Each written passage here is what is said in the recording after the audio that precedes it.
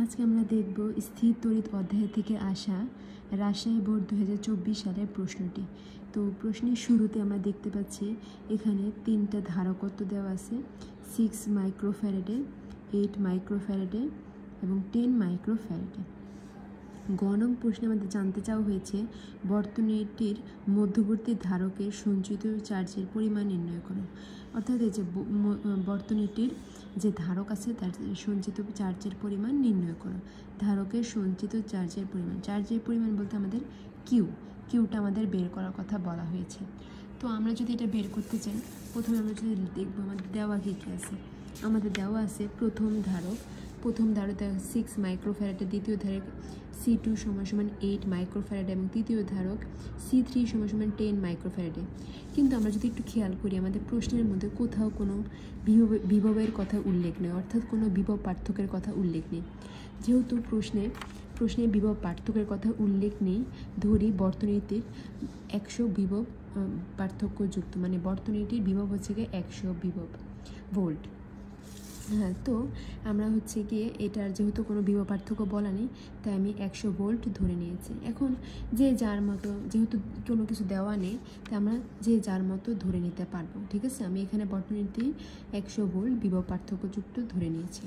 এখন আমরা যদি দেখি বর্তনীটি হচ্ছে কি আমার শ্রেণী সমবায় আছে। এখন শ্রেণী সমবায় যুক্ত তুল্য ধারকত্ব CS হলে আমরা জানি 1/CS = 1/C1। ধারকত্বের ক্ষেত্রে কি 1/C1 + 1/C2 1/C3। এখন C1 মানে 6 মাইক্রোফ্যারাডে, 8 মাইক্রোফ্যারাডে এবং C3 মানে হচ্ছে 10 মাইক্রোফ্যারাডে। এটা লসাগু করলে আমরা পাবো 120 মাইক্রোফ্যারাডে। এখন এটা হচ্ছে 1/CS এর ভ্যালু হচ্ছে এটা। শুধু CS এর ভ্যালু যদি আমরা করি, শুধু CS মানে 120 উপরে যাবে, আর এটার যোগফল হচ্ছে 47। আমরা এখানে পাবো 2.5532 মাইক্রোফ্যারাডে, বা ফ্যারাডেতে কনভার্ট করলে মাইক্রোফ্যারাডে থেকে ফ্যারাডে নিব 10⁻6 দ্বারা গুণ করে। এখন বর্তনীটির মোট চার্জ Q = আমরা জানি CV, অর্থাৎ আমরা ধারকত্ব নির্ণয় একটা সূত্র জানি না, C = Q/V। এখান থেকে আমরা জানি Q = CV। এখানে C মানে হচ্ছে গিয়ে বর্তনীটির তুল্য ধারকত্ব। CS এর মান বসালাম আর V এর মানটা আমরা ধরে নিয়েছি 100। এখন এটা ক্যালকুলেশন করলে আমরা পাবো 2.5532 × 10⁻4 কুলম্ব। অতএব বর্তনীটির মধ্যবর্তী ধারকের সঞ্চিত শক্তির পরিমাণ 2.5532 × 10⁻4 কুলম্ব।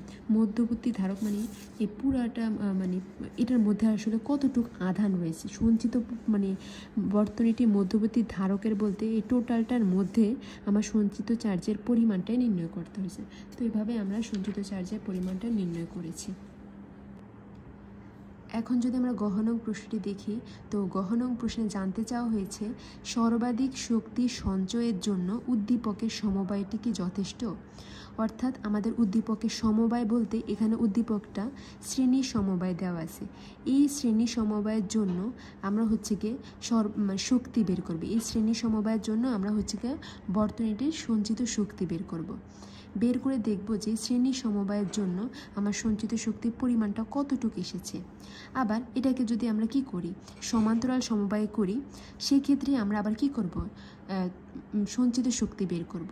তখন দেখব যে কোনটার ক্ষেত্রে বেশি আসছে সঞ্চিত শক্তি, শ্রেণী সমবায়ের ক্ষেত্রে সঞ্চিত শক্তি বেশি আসছে নাকি আবার সমান্তরালের ক্ষেত্রে। সেক্ষেত্রে আমরা দেখব যে সর্বাধিক শক্তি সঞ্চয়ের জন্য কোন সমবায়টি যথার্থ, শ্রেণী নাকি সমান্তরাল। এখন আমরা তাই বের করব। তো আমরা প্রথমে গ হতে প্রাপ্ত হচ্ছে আমাদের এটা কী ছিল, আমাদের এটা শ্রেণী সমবায় তুল্যরোধ আমরা বের করেছি।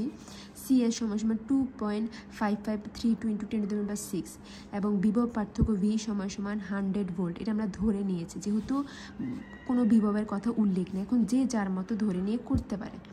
এখন এই ক্ষেত্রে অর্থাৎ শ্রেণী সমবায়ের ক্ষেত্রে আমরা সঞ্চিত শক্তি যদি বের করি, আমরা সঞ্চিত শক্তির রাশিমালাটা আমরা জানি U = ½ CV²। সেখানে C মানে হচ্ছে শ্রেণী সমবায়ের ক্ষেত্রে তুল্যরোধ CS।